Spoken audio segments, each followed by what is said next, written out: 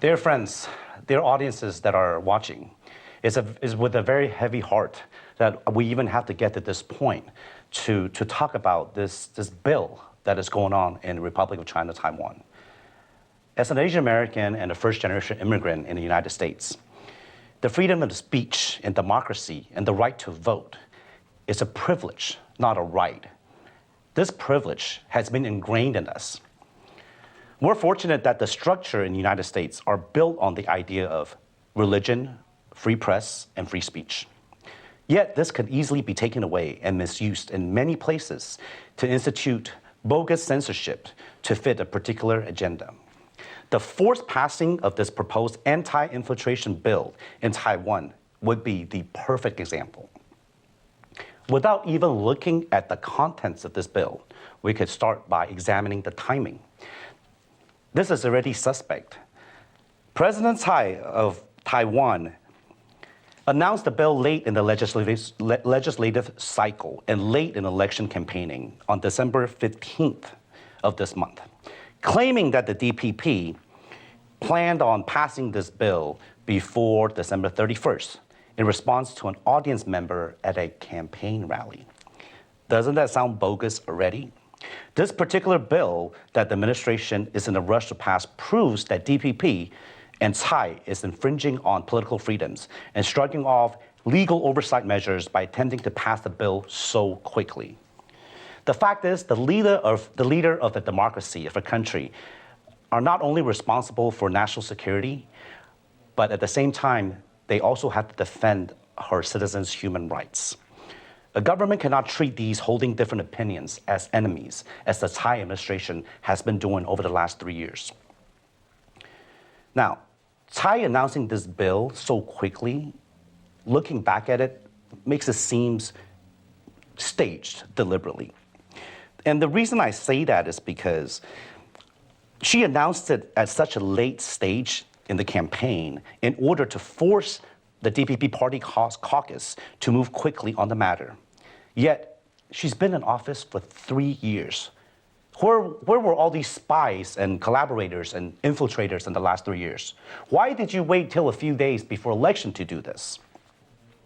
Her drive to shove this bill through the country, through the citizens of Taiwan, clearly shows that this is motivated not by national security, but to gain personal advantage in this upcoming election. Tsai's administration has already amended 5 laws this year to crack down on Chinese espionage in Taiwan. For example, retired government and military officials are now prohibited from taking part in political-related activities in China.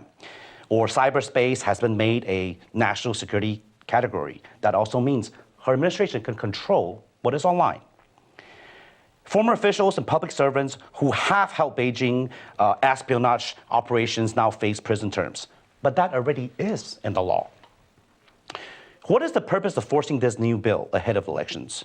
And not to mention the fact that the bill lacks a clear definition of pressing of valid external forces, but yet it comes with somewhat heavy penalties compared to the drug laws of Taiwan, Republic of China.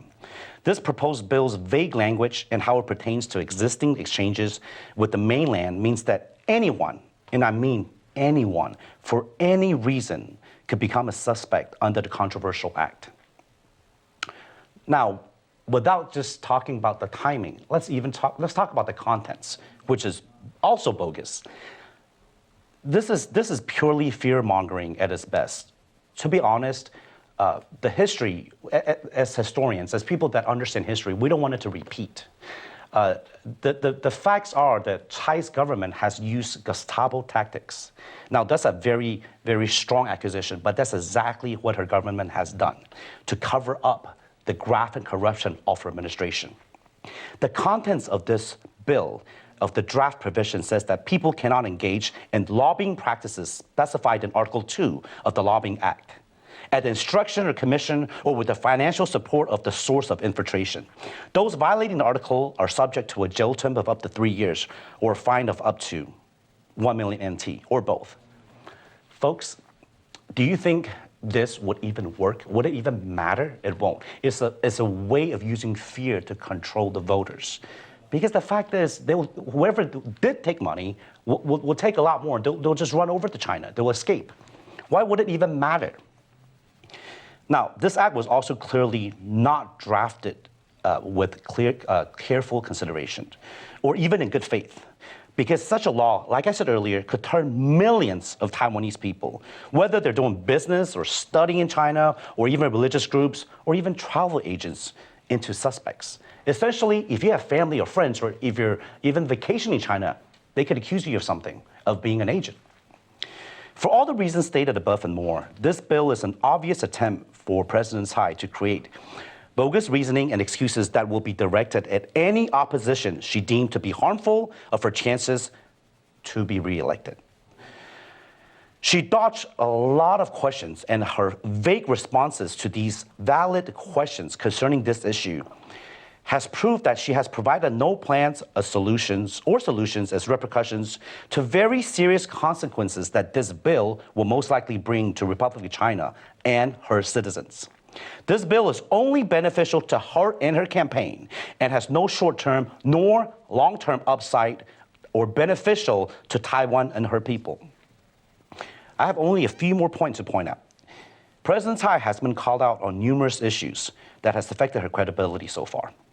This bill is very clearly an attempt to damage control and to isolate current concerns regarding her current government's graft and corruption, and the prevention for more deep probing issues that has been going on for the past 3 years.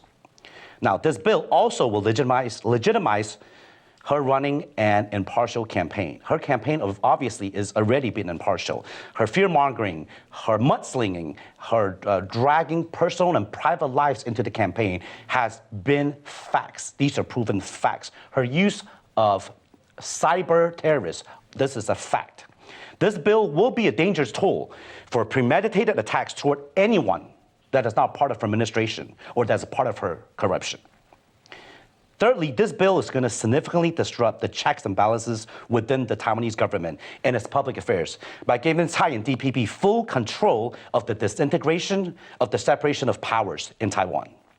This is the first step to becoming a totalitarian state and to cover up systematic corruption within her government. For a lot of our friends that live in a democracy, the concept of Republic of China, Taiwan is very far. Let me give you a very quick point on why this is significant. The people of Taiwan, of Republic of China, has enjoyed the freedoms of democracy for over 2 decades. ROC was formally established as a republic on January 1st, 1912, one of the first in Asia, and definitely the first in the Chinese-speaking world. The first direct presidential election in the history of the Republic of China occurred in 1996. That's more than 20 years ago. So for the past 20 years, the people in Taiwan has enjoyed the freedoms of democracy. But yet we forget that martial law was declared in Taiwan on May 1949. It was continued to be in effect for almost 40 years. It was repealed in 1987 and was used as a way to suppress the political opposition to KMT at the time. During this period, it was known as White Terror. 140,000 people were imprisoned or executed for being perceived as anti-KMT or pro-communist. Many citizens were arrested, tortured, imprisoned, and executed for their real or perceived link to the communists. A lot of these folks were from the intellectual and social elite, and an entire generation of political and social leaders was decimated. In 1998, a law was passed to create the Compensation Foundation for Improper Verdicts, which oversaw compensation to white terror victims. We're talking about 228, this event. Think about this. If this bill is passed, it is reverting everything that the DPP and the people of Taiwan and the citizens has asked for, the repealing of, the recognizing of 228, of this atrocity. So if this bill is passed, it's reverting this hard-earned freedom of the Taiwanese people back to 1959, which is over 60 years ago. Once again, a leader of democracy must be responsible for her citizens' human rights first, because without human rights, without freedoms, there will be no national security to protect, because there will be no nation left.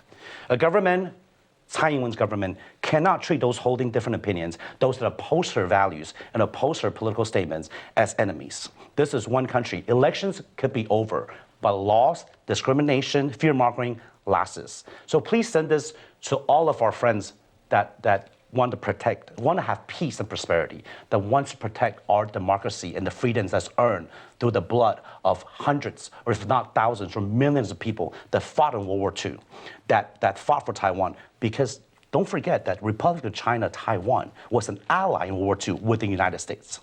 We fought the axis of evil, including Japan and Germany. This is the greatest generation. The greatest generation is not only in the States, they're also in Taiwan. The greatest generation, this is their legacy, their blood, their sweat, their tears, and it's their heritage and culture that the DPP is trying to erase. Please protect what was earned. This is a privilege, not a right. And I hope everyone send this out to people that care about what's going on in Taiwan. And I wish all of you a happy 2020 and a prosperous new year. Thank you for watching.